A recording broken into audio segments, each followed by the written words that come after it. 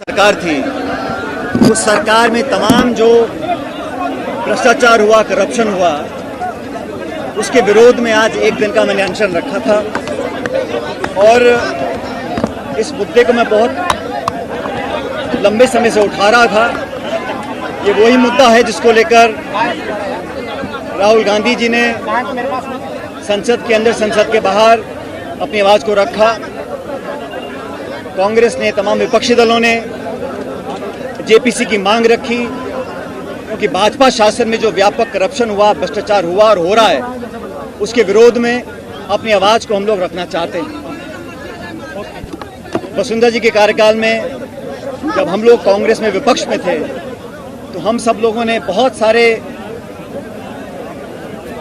Scandals और corruption के मामलों को उजागर किया था, प्रमाण के सहित।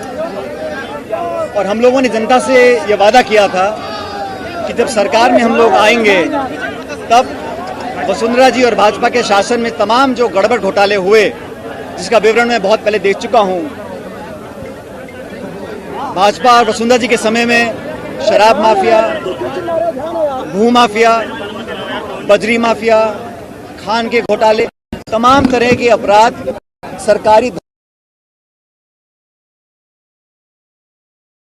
हमारी जियो।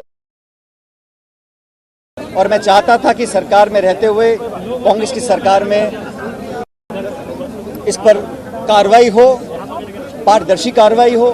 हम कभी भी प्रतिशोध की भावना से काम नहीं करना चाहते, लेकिन जो स्थापित भ्रष्टाचार हुआ था उस पर हमने अभी तक कार्रवाई नहीं करी। इसको लेकर 1 साल से ज़्यादा पहले मैंने प्रदेश की सरकार और आदरणीय मुख्यमंत्री जी को लिखित में कहा था कि उन्होंने और हमने सबने मिलकर वसुंधरा जी के ऊपर तमाम बहुत सारे आरोप जड़े थे।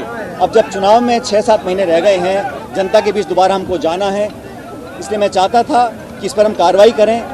पत्र लिखने के बाद, 2 बार याद दिलाने के बाद भी जब कार्रवाई नहीं हुई तो मैंने कई पत्र लिखे मुख्यमंत्री जी को।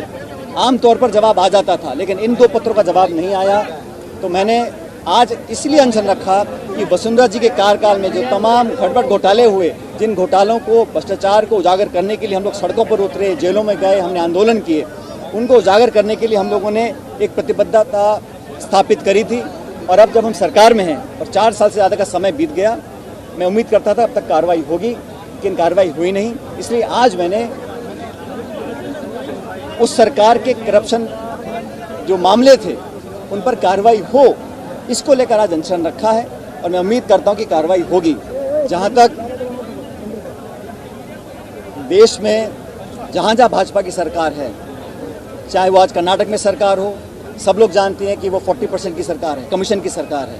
और हम लोग लगातार उनकी आलोचना भी कर रहे हैं। और मुझे पूरा विश्वास है कि जनता हमारे बातों को विश्वास कर भाजपा को वहाँ से बाहर, सत्ता के बाहर कर देगी।